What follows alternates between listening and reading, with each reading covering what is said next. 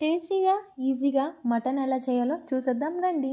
Hello all, welcome to Suba vlogs. నేను ఇక్కడ పావు కేజీ మటన్ తీసుకున్నాను. మటన్ బాగా కడిగి పెట్టుకొని అందులో 1/2 టీ స్పూన్ సాల్ట్, కొంచెం పసుపు, 1 టీ స్పూన్ కారం, 1 టీ స్పూన్ ధనియాల పొడి, 1/2 టీ స్పూన్ గరం మసాలా పొడి, 1 టీ స్పూన్ అల్లం వెల్లుల్లి పేస్ట్, 1 టీ స్పూన్ ఆయిల్ వేసుకొని బాగా కలుపుకోండి.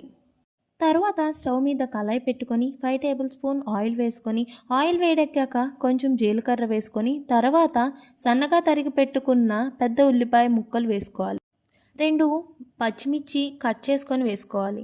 2 రెమ్మల కరివేపాకు, 3 అల్లం వెల్లుల్లి చితక్కొట్టుకొని వేసుకోవాలి. బాగా కలుపుకొని ఉల్లిపాయలు కొంచెం వేగాక మటన్ వేసుకోవాలి. మటన్ వేసుకొని ఒకసారి కలుపుకున్నాక మంటని అడ్జస్ట్ చేసుకొని మధ్య మధ్యలో కలుపుతూ ఉండాలి. మటన్ కొంచెం వేగాక అందులో 1/2 టీ గ్లాస్ వాటర్ వేసుకోవాలి. వాటర్ మొత్తం ఇంకిపోయాక ఇక్కడ కనిపిస్తున్నట్టు ఆయిల్ పైకి తేలుతుంది.